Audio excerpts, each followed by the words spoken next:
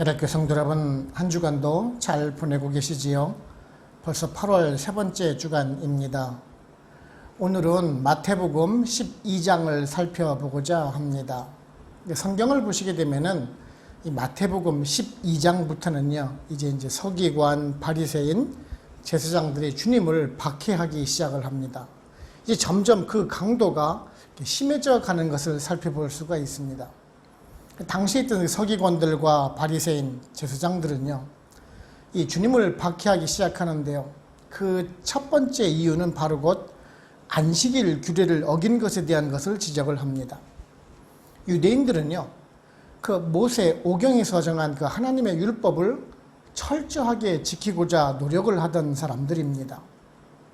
그런데 이 하나님의 말씀을 지키려는 것이 본 뜻과 의미를 생각하지 않고 엉뚱한 방향으로 흘러가는 것을 보실 수가 있습니다.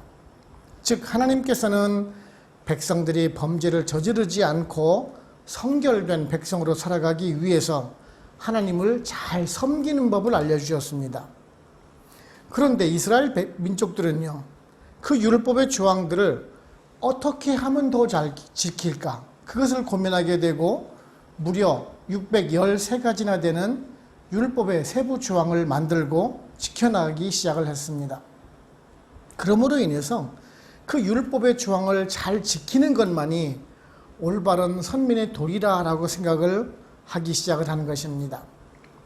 그러다 보니 이제는 하나님께서 말씀하신 그 선민으로서의 성결된 삶이 주된 목적이 아니라 율법을 누가 더 잘 지키느냐로 변질되어 버렸던 것입니다. 목적이 이제 수단이 되어 버린 것입니다. 이 안식일의 규정도 마찬가지입니다. 가장 지켜야 하는 율법 중에 하나가 바로 곧 이 안식일에 대한 규정인데요. 안식일에 대해서는 안 되는 규정들이 참 많이 있습니다.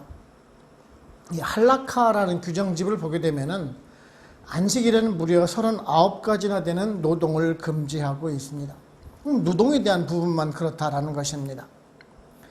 모세가 정해준 그 안식일을 거룩하게 지키라는 것이 이제 몇십 가지 이상 금지 조항이 생겨났던 것입니다. 오늘날도 이러한 그런 형식주의에 빠질 수가 있습니다. 주일에 돈을 내고 무엇을 사 먹고 돈을 쓰는 것이 무슨 큰 범죄나 저지르는 것처럼 교육하던 시대가 있었습니다. 이제 주님은 인자는 안식일의 주인이라고 말씀하고 계십니다.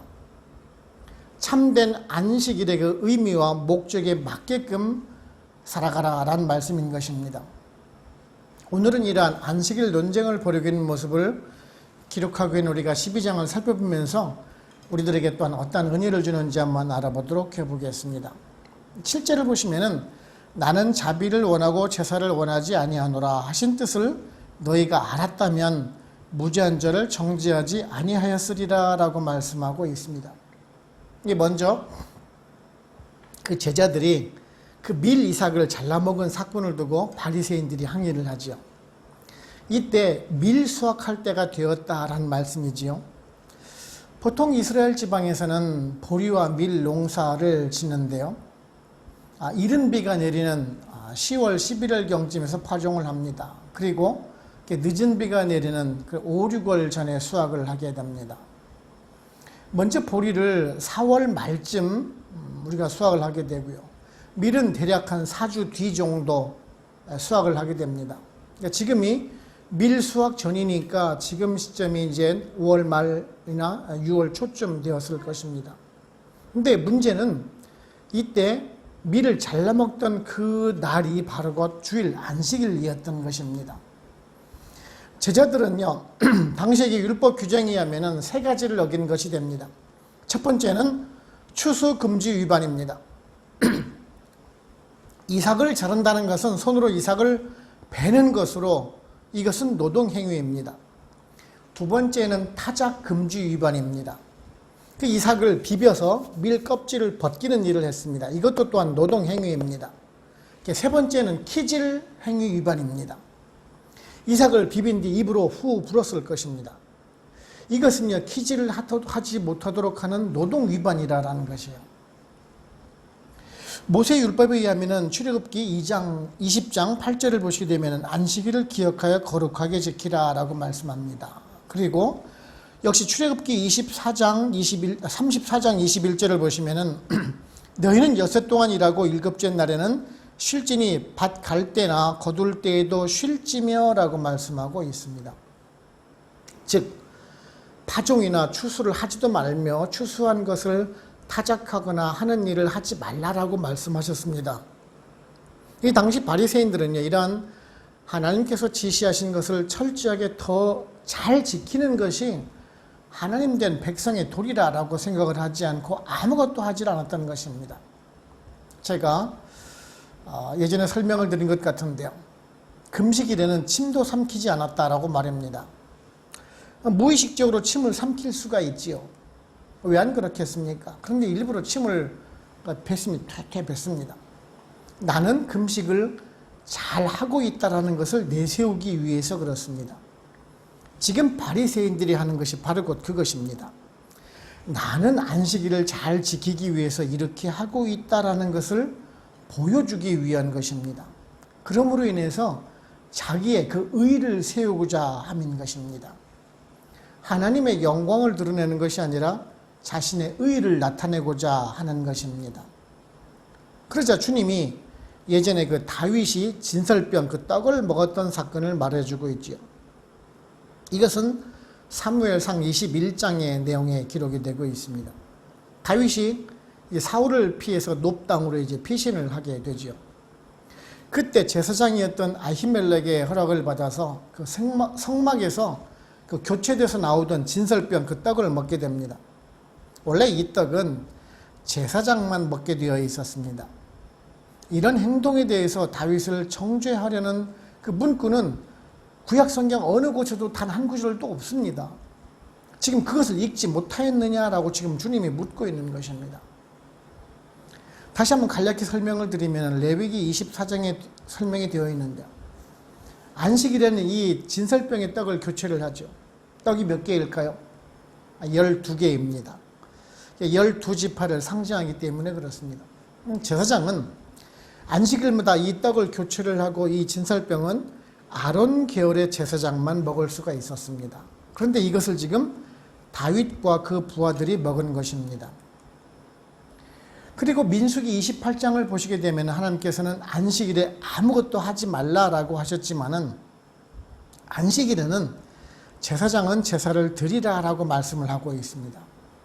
그렇다면은 지금 제사장은 그 안식일을 범하는 것이냐라고 지금 말씀하고 있는 것입니다. 마가복음 2장 27절을 보시면은요, 또 이르시되 안식일이 사람을 위하여 있는 것이요 사람이 안식일을 위하여 있는 것이 아니니라고 말씀하고 있습니다. 그렇습니다. 여러분들 지금 우리도 같이 주일을 지키고 있지요. 오늘도 지금 여기 여러분들의 영상을 통해서 예배를 드리고 있습니다. 주일을 위해서 성도가 있는 것이 아니라 성도가 있기 때문에 또한 주일도 있는 것입니다. 예배를 드리고 경배를 드리는 것이 주 목적이 되어야지 주일을 지키기 위해서 예배를 드리는 것은 결코 아니라라는 것입니다.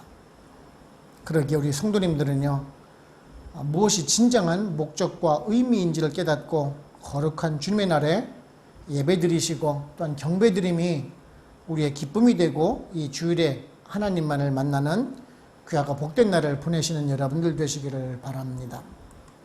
두 번째는요, 주님께서는 마지막까지 긍휼을 베푸시는 분이십니다. 오늘 말씀 20절을 보시면은 상한 갈대를 꺾지 아니하며 꺼져가는 심지를 끄지 아니하기를 심판하여 이길 때까지 하리니 라고 말씀하고 있습니다. 안식일에 밀 이삭을 잘라 먹던 그 주님의 제자들을 책망하던 그 바리새인들을 보고 이 다윗의 예를 들어가면서 참된 안식에 대해서 반론을 제기하셨습니다. 그리고 이제 자리를 옮기시게 됩니다. 그리고 바로 곧 손이 마른 사람을 치유하게 됩니다. 그러자 이제 또 다른 사람이 이제 또 말을 하죠. 안식일에 병을 고치는 것이 옳으냐라고 지금 항의를 하고 있는 것입니다. 그러자 주님께서는 그들을 향해서 그러면은 양 한 마리가 구덩이에 빠졌는데 양을 구하는 너희들은 그것이 잘한 것이냐라고 지금 되묻고 있습니다. 무엇이 우선적인지를 깨닫지 못하고 있는 그 바리새인들에게 경고를 주고 있는 것입니다. 실질적으로요, 당시 그 쿰란 공동체에서는 양이 구덩이에 빠지게 되면은요, 사람이 그 양을 잡아서 꺼낼 수는 없습니다. 무엇인가 도구를 내려주어서 양이 스스로 빠져나오도록 하는 것도 또한 그것이 이제 율법적이겠지요.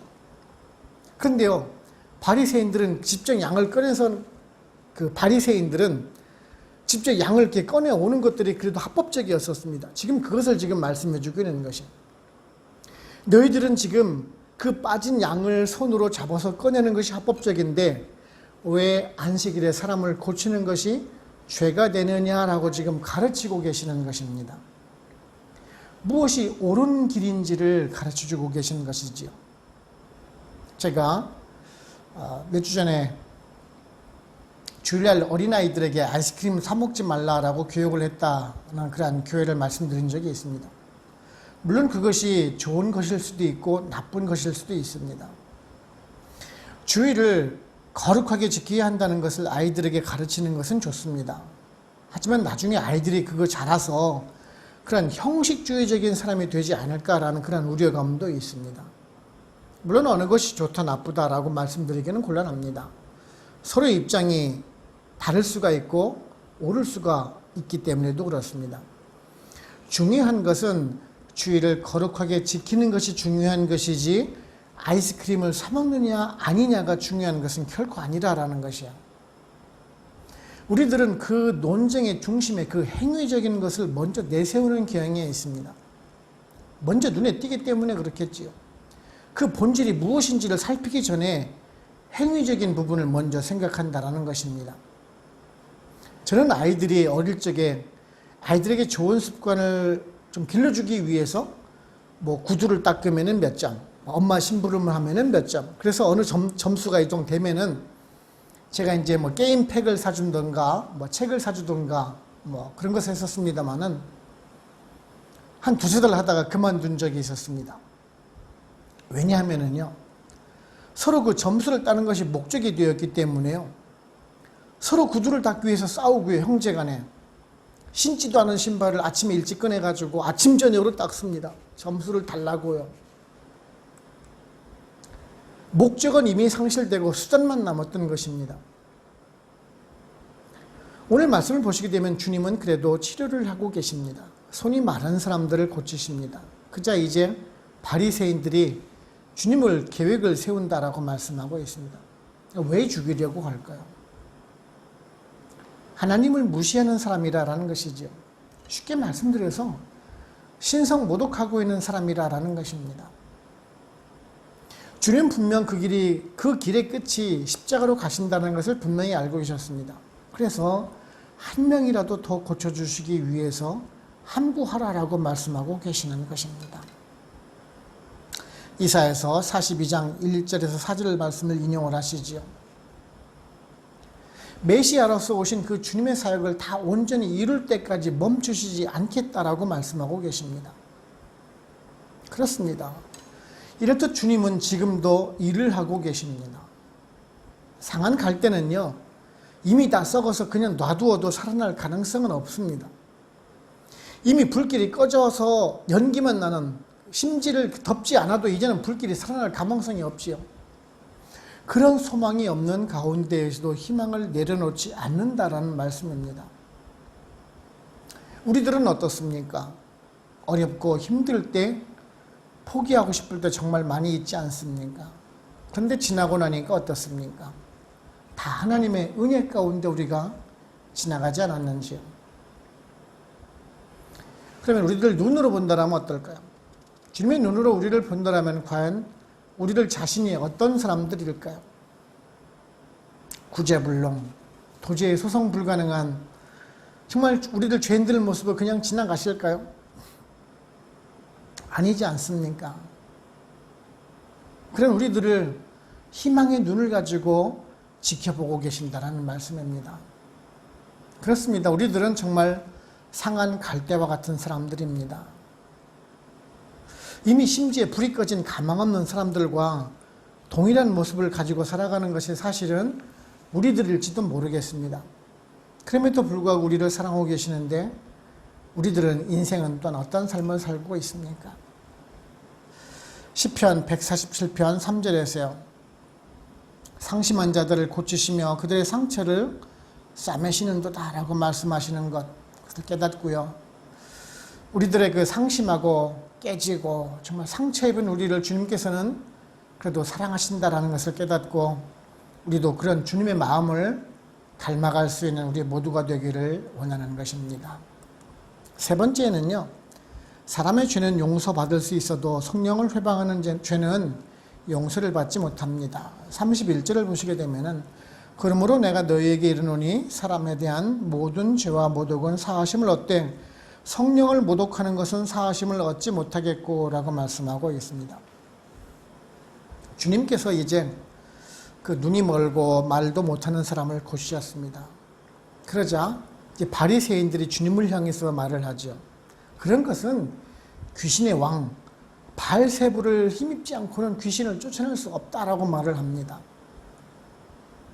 당시에는 그 사람이 이제 어떤 병에 들든지 간에 그 원인이 귀신이 들렸기 때문에 그 병이 들은 것이다라고 생각을 했던 시대였었습니다.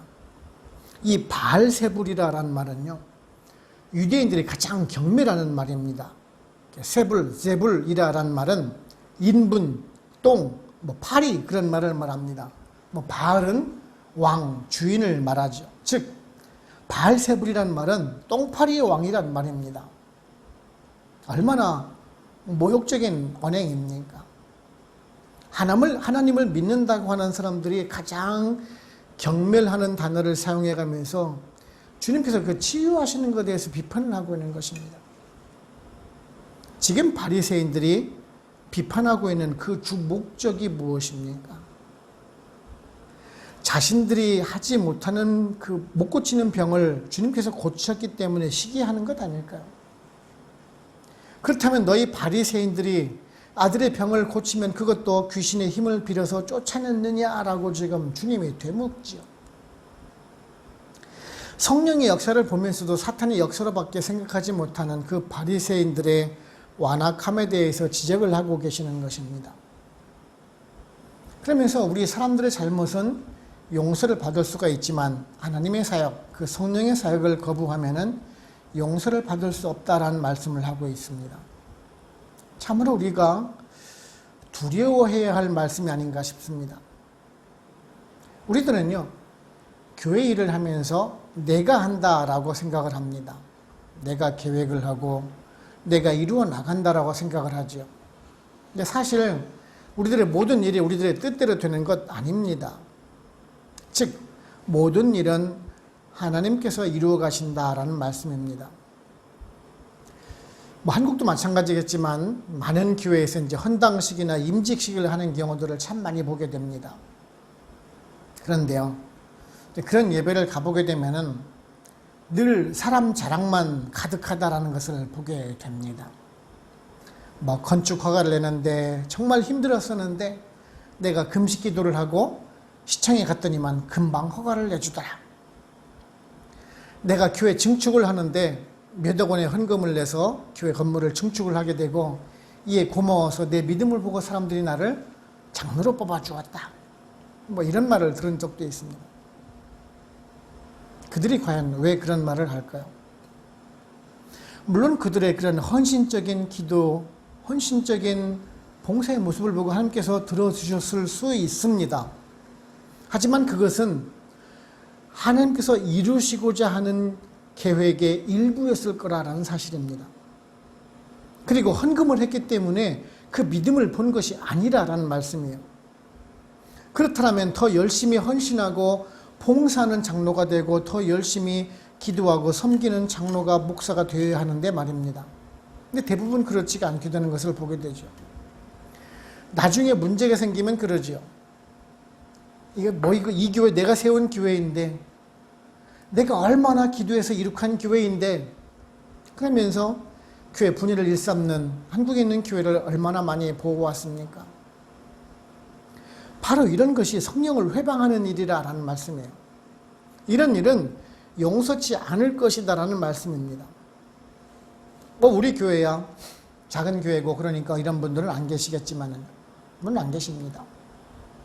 우리들이 노력하고 주의해야 하는 일임에도 불구하고 꼭 노력을 해야 하는 일이기도 합니다. 진리인 것처럼 신실한 것처럼 말을 해도 결국에는 그 본심이 또한 다 드러나기도 하는 것이죠. 잠언서 26장 27절에서요. 함정을 파는 자는 그것에 빠질 것이요 돌을 굴리는 자는 도리어 그것에 치이리라 라는 그 말씀 우리 명심하시고요. 우리들이 늘 자신의 허물을 돌아보고 우리가 비록 연약하기 때문에 사소한 죄를 지을 망정 빨리 우리가 회개를 하고 하나님의 일, 성령의 일을 회복하는 일은 결코 용서받을 수 없다라는 것을 우리가 깨닫고 오직 하나님의 말씀에만 순종해 나갈 수 있는 우리 모두가 되기를 원합니다. 결론적으로 말씀드리면은 35절을 보시게 되면은 선한 사람은 그 쌓은 선에서 선한 것을 내고 악한 사람은 그 쌓은 것에서 악한 것을 내느리라 라고 말씀하고 있습니다. 바리새인들이 가지고 있던 그런 악한 생각에 대해서 주님께서 꾸짖으시는 말씀입니다. 그 안식일에 본질에 대해서 생각하지 못하고 그 안식일을 거룩하게 지키지 못한다는 그 계율을 들어서 질책을 하고 있고, 안식일에 그 병자를 고치는 것을 보고 병자를 고쳐서 회복되는 것이 기쁜 것이 아니라 안식일에 왜 그 환자를 고치느냐라고 그 안식일을 범했다라고 그 사실에만 집착했던 그 바리새인들에게 하는 그런 결론의 말씀이지요. 그렇습니다. 사람은 행동으로 그 생각하는 것이 나오기 마련입니다. 착한 사람은 아무리 숨기려 해도 그 선함이 밖으로 묻어나오게 되어 있습니다. 그리고 악한 사람은 아무리 감추려고 해도 그 악함이 묻어나오게 되어 있습니다. 거울이라는 것이 있지요. 자신의 외모를 살피기 위해서 하루에 한두 번씩은 아마 여러분들 꼭 보시는 것이 거울일 것입니다. 그런데요, 사실 우리는 마음의 거울을 살펴보지는 않습니다. 왜냐하면 보지 않기 때문에, 보이지 않는다라고 생각을 하기 때문입니다. 근데 다 드러나게 되어 있다라고 오늘 말씀을 하고 있죠. 이웃들은 모르는 것 같아도 우리들이 교회를 다니고 있는 것이 다 표가 나게 되어 있습니다. 그래서 우리들의 행동을 잘 해야 하는 것이기도 합니다. 우리의 모습 속에서 예수 그리스도의 모습을 비춰보기 때문에 그렇습니다. 제가 오래전에 봤던 영화인데요, 오락 프로그램에서도 가끔 그런 대사를 들어보셨을 수도 있습니다. 네 아버지 뭐 하시노? 네 아버지 뭐 하시노? 그 속된 그 영화의 한 대사이지만은요, 우리들은 정말 그 말 속에서 깨달음을 얻을 수가 있어야 합니다. 왜냐하면 우리들의 행동을 보면서 주님이 너희들을 그렇게 가르치시던 하는 그 말을 들을 수가 있기 때문에 그렇습니다. 그래서 주님께서 오늘 말씀을 통해서 바리새인들에게 교훈하고 있는 것입니다. 우리들도 이러한 바리새인들이 되어서는 결코 안 될 것입니다.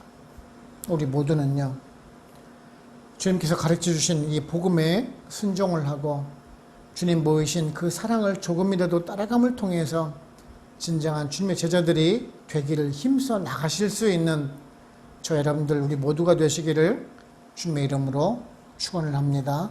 기도하겠습니다. 하나님 아버지 감사합니다. 오늘도 어떤 말씀을 통해서 우리들에게 교훈해 주시니 감사를 드립니다. 서기관과 바리새인들이 참된 안식의 의미를 깨닫지 못하고 단지 그들의 추구하던 그런 율법적인 안식일을 지키지 않는다라고 실책하던 모습에 대해서도 주님께서는 인자는 안식일의 주인이라 라고 말씀하시는 것을 보면서 우리들이 깨달음을 얻기를 원합니다. 우리들 역시 또한 그러한 바리새인들처럼 안에 있는 그 진실은 보지 못하고 외형적으로 드러나는 그 현상만을 보면서 판단하고 정죄하는 우리들이 혹 아닌지요. 이 시간 말씀을 통해서 또한 우리들을 반성해보게 됩니다.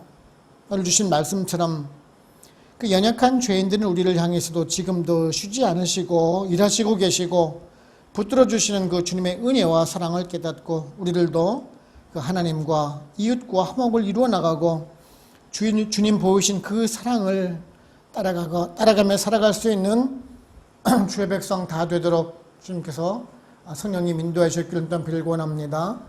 또한 이 남은 한 주간도 주님 안에서 어떤 하나님의 은혜 가운데 살아가는 동행하는 삶을 살아가기를 소원하고 우리를 죄에서 구원하신 예수 그리스도의 이름으로 감사하며 기도하옵나이다. 아멘.